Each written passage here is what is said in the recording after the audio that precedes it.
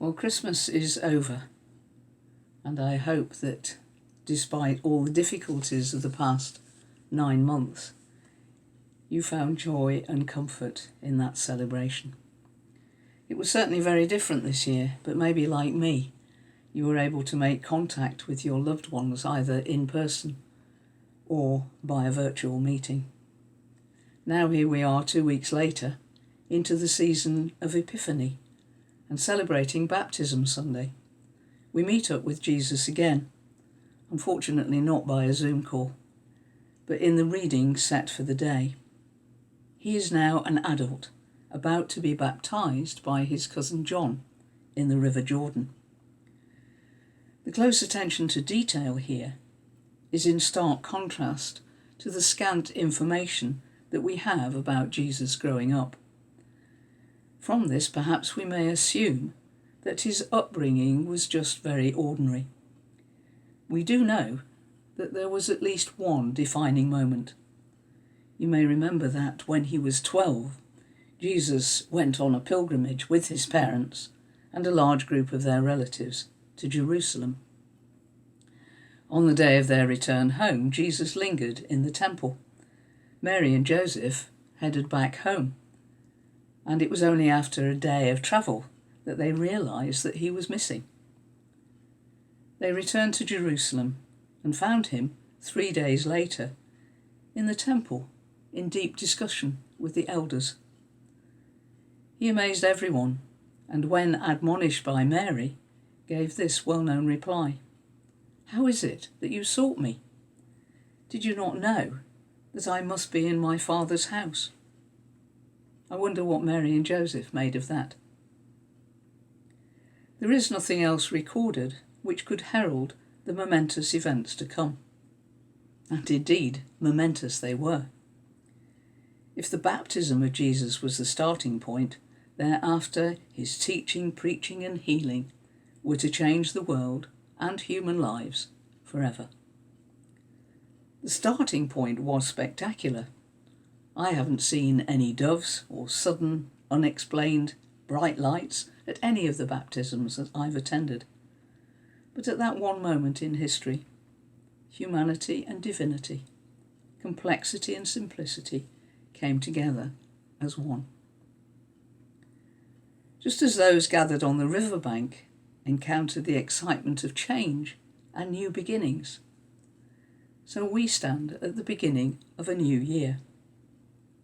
It perhaps doesn't feel like a moment for excitement in our present difficult circumstances, but those same new beginnings and change are still on offer in the promise of God. One commentator says this: "Our new beginnings come through the forgiveness of God, which is not just the once-in-a-lifetime event of our baptism, but all the forward-looking opportunities that God offers us each and every day." That is a promise.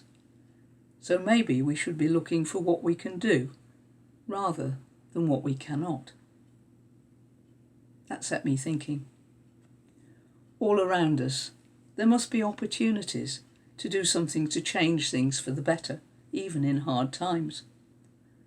We are called to represent God's presence and goodness to others, to give back some of what we have received. It may be through our actions, it may be through our prayers, but we can all do something. During the Christmas period, the Church of England presented a short programme entitled Comfort and Joy, a series of 9 lessons and carols, with a set of reflections on each one. In the introduction, it promised an opportunity to hear again the story and reflect on its meaning in this time of challenge. The programme began on Christmas Day with the carol God Rest You Merry and this short message: Christmas is good news. After a tough year, Christmas brings comfort and joy to you and to a world that is weary and hurting.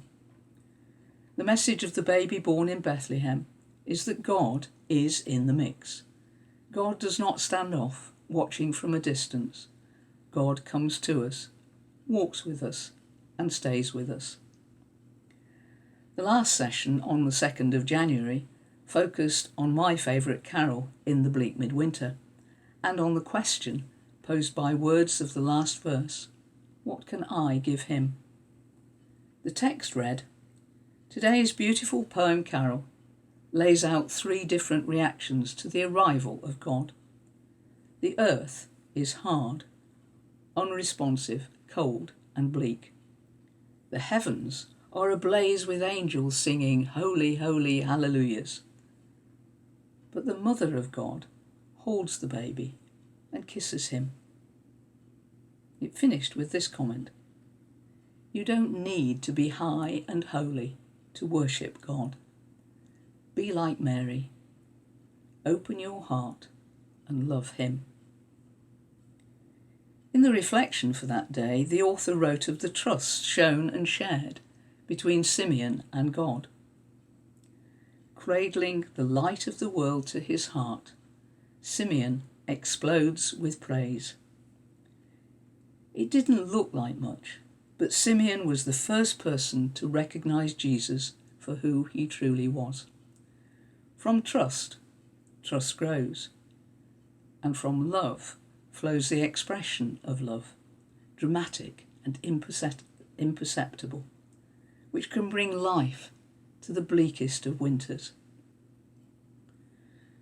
Right now we may be in the bleakest of winters, but these words can give us encouragement and hope. The final words may make us smile too, but also remind us that we can all be involved. What can I give him? Your heart. Love him and others. It might feel like nothing, but as they say, if you think you are too small to make a difference, try sleeping in bed with a mosquito. Amen.